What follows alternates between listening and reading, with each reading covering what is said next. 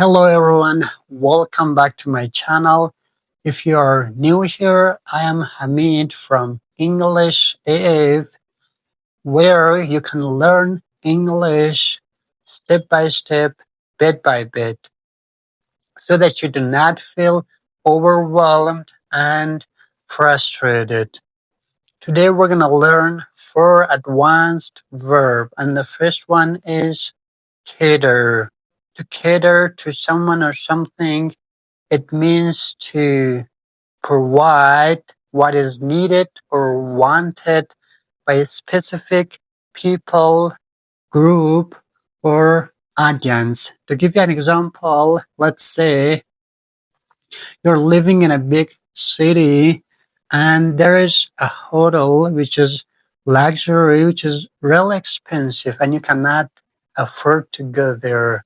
So that place, that hotel is catered for rich audience. Or maybe this English lesson is catered for those advanced learner that they want to study or they want to learn one verb or one vocab per day. And the second verb is commiserate. Commiserate. It means to feel sorry for, to sympathize with someone. It is used with the preposition with. You're not giving advice. You're just sharing their sadness, their pain, their sorrow, their suffering. You're not giving advice.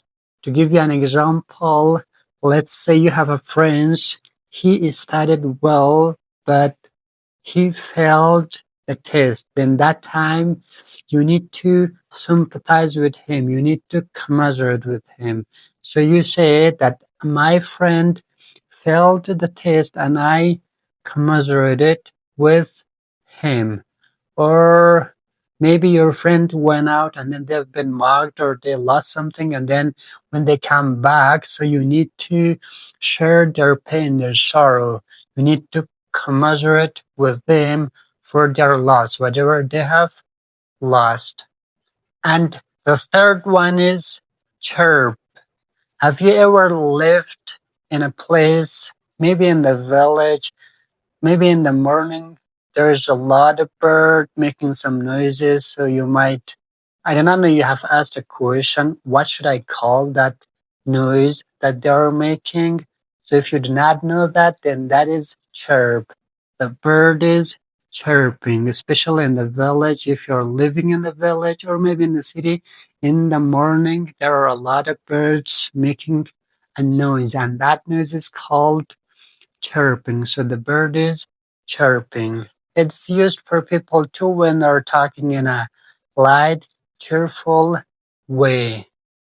And the last one is to dazzle someone. It means to surprise or impress someone greatly to the extent that they're going to say, wow, the things you did, the performance you do, it is jaw-dropping. It is breathtaking. They are in awe.